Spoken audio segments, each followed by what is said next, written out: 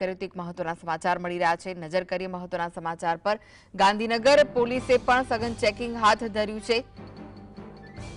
ગાંધીનગરમાં પણ પોલીસ દ્વારા ચેકિંગ કરાઈ રહ્યું છે। સચિવાલય નજીક તમામ વાહનોની તપાસ કરવામાં આવી રહી છે। તો રાજભવન અને મંત્રીઓના નિવાસસ્થાન નજીક બંદોબસ્ત ગોઠવી દેવાયો છે। દિલ્હીમાં કારમાં બ્લાસ્ટ થયો ત્યારબાદ હવે ગાંધીનગરમાં પણ સઘન ચેકિંગ હાથ ધરાયું છે। પોલીસ સચિવાલય નજીક તમામ વાહનોની તપાસ કરી રહી છે।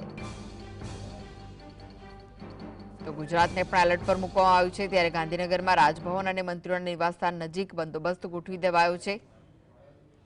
ગાંધીનગર પોલીસનું સઘન ચેકિંગ હાથ ધરવામાં આવ્યું છે। પોલીસે સઘન ચેકિંગ હાથ ધર્યું છે।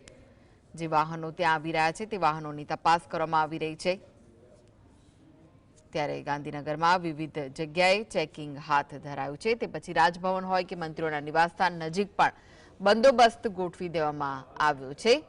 સમગ્ર રાજ્યમાં હાઈ એલર્ટ આપવામાં આવ્યું છે। ત્યારે મોટા મોટા શહેરો છે ત્યાં પોલીસ દ્વારા ચેકિંગની કાર્યવાહી હાથ ધરાઈ છે। રેલવે સ્ટેશન, બસ સ્ટોપ કે પછી જે સરકારી ઓફિસો છે ત્યાં પણ ચેકિંગ કરાઈ રહ્યું છે।